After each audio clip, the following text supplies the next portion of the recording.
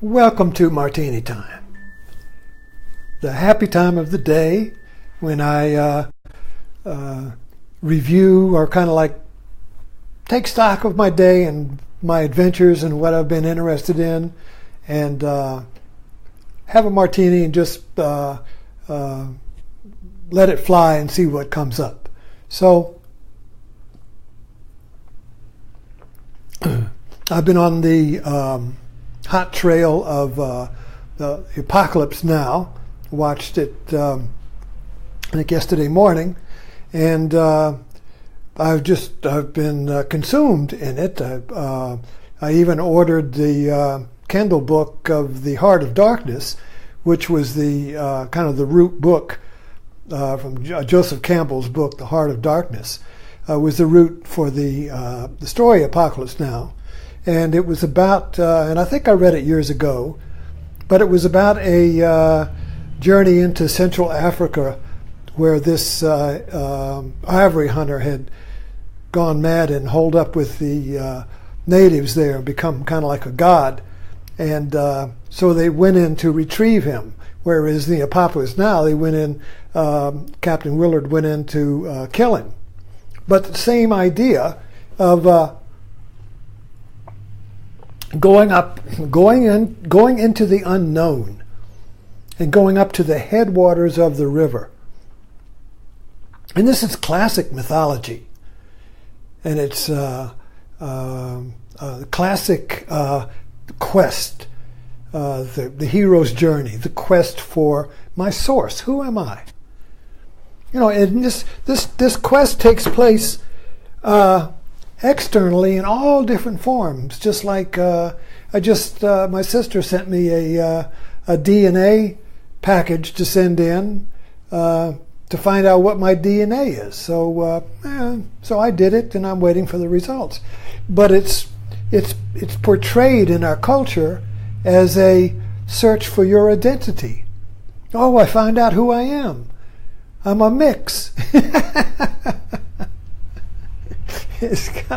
It's always, well, I thought I was Italian, but now I found out I'm Greek. Or I thought I was Irish, but now I'm German. You know. But what does that mean? It doesn't tell you who you are. It tells you what the ingredients are of our physical body. But is that who you are? You see, I mean, this is an objective, the way we look for it, or looking for my lost father, or my birth mother, or all of these things are valid, but they're all external. You know, and so all of our questing and search for source is external in our culture, because we're an externalized culture. Our culture is like a sock turned inside out. It's all external. The actual you, the you that asked the question, is not on the map. You can't explore the you inward. You can only explore it objectively, like in psychology. A lot of people take psychology in order to find out who they are, how their mind works. Well, that's all objective. It's all about it. I want to find out what it is. But when you ask the question, who am I? It doesn't solve the answer. It doesn't help you. Guess, well, I'm it. So whatever you find in the external search is always going to be an it. The DNA, you got it. You find your birth mother, you got it. Birth father, you got it. Whatever you're looking for, you're going to end up with an it. Who is the I? The I is not included with the it. Because in our culture, the I is outside of it. In other words, the objective world, and see, it's very difficult to even talk about this because we can't even say, what in the hell is he talking about? It doesn't make sense. Turn it off, you see, because we think in terms of it's. Everything is an object. The subject, well, now we understand that in our grammar. Remember your English classes, and you learn the grammatical formula that holds the Indo-European language together, subject, object, verb. So it's all, some languages just have verbs, but our language is subject, object, verb. There's a subject, there's a verb, it does something to an object. So you got two it's with a verb in the middle. It does something to it, but the I, subject, is not on the map, because no matter where you look, you're always looking at it. So these myths, these stories of going to the source and going into the unknown, going to the source, going up the river to the headwaters of the river, is basically looking for the I that is not an it. Who am I? You see, that question will not be satisfied with an it. I'm a husband, I'm a wife, I'm a teacher, I'm retired, I like golf, I'm tall, I'm short, I'm wide, I'm thin. All these are measurable quantities. It's are measurable. It's are measurable. That's why we like them. You can weigh them, measure them. How tall is the it? How short is it? What color is it? Is it thin? Is it fat? We can quantify it, count it. And it's are in time. You see, it's are in space-time. See? And it is a particle in space-time, so it has a location. Where is it? Well, it's over there. Where is it? It's on the grid. Wait a minute, where did it go? It's off the grid. It's gone. I can't measure it. It's off the map. Bloop. You see. So the problem with the subject, with the I, is that you can't locate it. Now you can, if you go get a zoomable map, you can zoom out and say, oh, I'm here in Blackstone. That's where I am, but that's an it. As soon as you say, well, that's an it, your I is just gone out of it. And it's looking in on it, you see. So whatever you're looking at, your I, your subject, is not there, because it's doing the looking. So this is a spiritual question. This is a spiritual quest. And this is basically what we're all yearning for, but our culture provides no map. Our Western culture is all about its. Only its exist in our culture. They call the I the ghost in the machine. Well, consciousness is consciousness. Well, as soon as I say consciousness, I've made it into an it. Now I'm going to look for consciousness. What I'm looking for is the word consciousness. Consciousness is not a word. Consciousness is not an it. Consciousness is aware of its, but consciousness is not an it. And we're conscious. So where is it? You can have a lot of fun with it. I need it. I don't want it. Where is it? Who is it? Why do I have it? Is that it? It's endless. It's endless because it's a blank. We just fill in the blank with its. But the subject is also a blank. So the subject is a blank because you can't turn around and make the subject into an it. And the it is a blank because it's just fill it in with whatever it is. Just kind of like a general blank. Well, where is it? What am I looking for? What is it? Well, I'm looking for a lamp. Well, there it is. So as soon as I point to something, then I say, well, that's it. Well, then that fills in the blank, you see. But not the subject. The subject is always blank. So the I, as consciousness, you see, is always outside of it. So we can't find it. So that's the problem, you see. We can't find it with the map we're given by our culture. When we're born, we're indoctrinated into and we learn the cultural map. And we name everything. Everything's named. And we can locate it in time. Well, I had it today, but now it's yesterday. Or it was here today, but now it's gone in the other room, you see. Or it'll be here tomorrow, or it was here yesterday. So it always has a place in time and space. That gives us a sense of order. So our culture is very ordered because it orders its into categories of thought, orders it in, has regulations and everything. You go to India, it looks like a bunch of ants. Here, everything is all ordered. Lights, turn, click, run, stop. And if there's anybody gets out of order and there's a little accident, everybody goes, first responders go running to clean it up. That won't happen again, we say.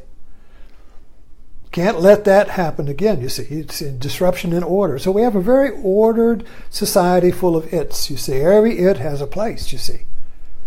But when I try to fit my subject, my I, into place, I get, I don't like being put in a place. I don't like being defined. I don't like being judged. I don't like being regulated. I want to be free. But see, now here we get into this is running around rapidly now, taking away my freedom. Well, we don't even know what that is. What does that mean? You see, we think it means no regulations. I can do what I want to do. Well, that's not going to work. So, but we're really looking for the who I am. That's not defined. That's not judged. So, the big thing, like the thing I came away with from Apocalypse Now, was the Captain Kurtz, played by Marlon Brando. He said, you can kill me, but don't judge me. So judgment is our fault. Judgment is why we're defeated. Judgment is the fault. Don't judge. So you see, judgment creates its. That's why we don't like to be judged, because it makes us into an it. As soon as somebody looks at us and judges us, we feel like they're making us into an it. Are you looking at me? You see? Don't judge me. Don't make me into an it. Don't make me into an object. And all of our uprisings and disturbances and fights and conflicts in our culture is because of people getting defined and put in a particular category, like immigrants. Keep them out. They're all murderers and rapists. You see, well, that you made a people into an it. Once you make them into an it, you can shoot them. That's what happened in Vietnam. Been watching the Ken Burns things, and they were all gooks. So we're here to shoot gooks, and they all look alike. You see, so that, I guess that's necessary if you're going to be a warrior. It's very difficult to shoot somebody that's you. You have to be an it, you see. But so this problem of where is it, you see, and this is where, in my own personal search for it, you see, I turned within. So you can't find it out there, so you have to turn within. So the source, the headwaters of the river, when we talk about it, it's out there, but it's always a metaphor. So the river the headwaters that are out there is a metaphor for the river that's in here, for the journey to the center. So the journey to find the headwaters, the source of you, is inward, not outward. Although all the outward stories are metaphors for the inward story. So when there's a change that happens in the spiritual path. Before you begin the spiritual path, everything is external. Mountains are mountains. Rivers are rivers. People are people. Its are its. That's what they are. But then there becomes a night of the soul, dark night of the soul, a no man's land, where you don't know if the outside is true or the inside is true. You don't know what's real. You don't know if if I'm in a dream or if I'm waking. And this, all of the myths and movies all have that no man's land, that dark night of the soul, where you don't know what's up and what's down. When I was in submarines, the dark night of the soul was when you submerged or when you surfaced. Before you submerged, you were a surface boat, and you knew what everything was. You were located in space. There's the ships over there, and all the ships have a place so you don't run into each other. And you can see them and plot them on radar. And it's all located in space on the surface. And that's a reality. That's the reality our culture lives in. An external, mapped, quantitative reality. And that's why we've been so successful in making stuff, is because that's all we can do, is just make stuff. So, when you realize that permanent satisfaction, and the answer to the question of who am I is not going to be found in stuff, that you're not going to be satisfied by having 30 cars and all the money in the world, all of these things you discover are not going to be the answer to the question, who am I?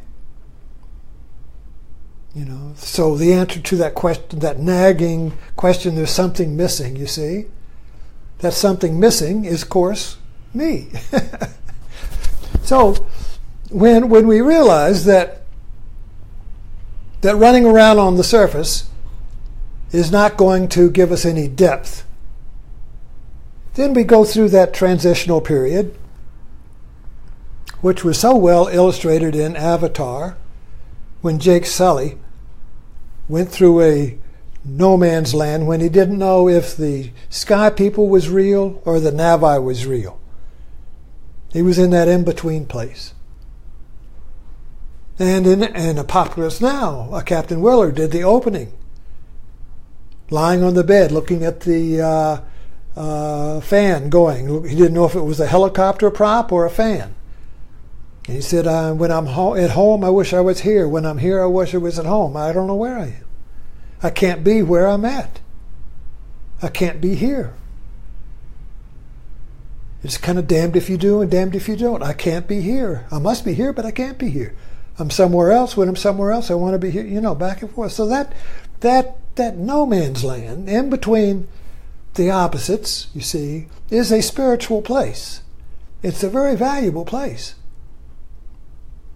And I know with submarines, when the submarine submerged, it was choosing to leave the grid. I mean, where did that submarine go? There was a little boat over there, now it's gone. Where did it go? Well, it went below the surface. Nobody knows where it is. It's off the grid. But I remember when in submarines, I was on a diesel submarine, it was a very dangerous time, or it could be, when you submerged or when you surfaced, because at that point, if you were going to submerge, you had to fill the ballast tanks with water, which made the boat heavier, so it began to sink. But there was a point there in the middle where it was easy to tip it over because it was half surface and half undersea. So you didn't like submerging or surfacing during heavy seas because a wave could tip you over. So that was always a transitional period. Even in therapy, you go through a transitional period. Everything has a transition. When you go from childhood to adolescence, there's a transition. When you go from adolescence to adulthood, there's a transition. Adolescence is a transition. Adolescence, you don't know if I'm a child or an adult. You're kind of like half and half. Easy to get tipped over. Easy to get hurt, you see. So, the spiritual journey, the journey to the source, has to go through that transitional period. So when you go through that transitional period, you need a guide. And that's where you need somebody who is, if you were a submarine and you were on the surface and you wanted to become undersea boat, you would need a guide from a submarine that's undersea. See? In other words, the guide comes from somebody who has made the transition. So they can tell you when you're Yep, going the wrong, up, what should I do? I don't know which one, So that period needs a guide. So you need to find teaching, and good Lord, the internet and the books are full of teachers, but you need to choose one and stick with it. I stuck with many. One a good was Eckhart Tolle was a great one. You just stick with that and just read everything with that, you see. So you need to have a guide as a reference while you're making the transition. And then when you make the transition, you begin to steady out and you can let go of the teaching. So anyway, the main idea I wanted to share was that the movies are all about search for self, search for truth, search for unity, search for love, search for completeness, search for resolution. All of these searches and quests make up our movies, but they're all portrayed externally. But they're also metaphors to become a teacher for your internal thing. So if you turn within, you see, the movies then become a metaphorical or a guide metaphorically for the internal journey. But if you haven't made that shift yet, well then the movie is just entertainment for an external journey. Anyway, thanks for dropping in, and I'll see you in the morning.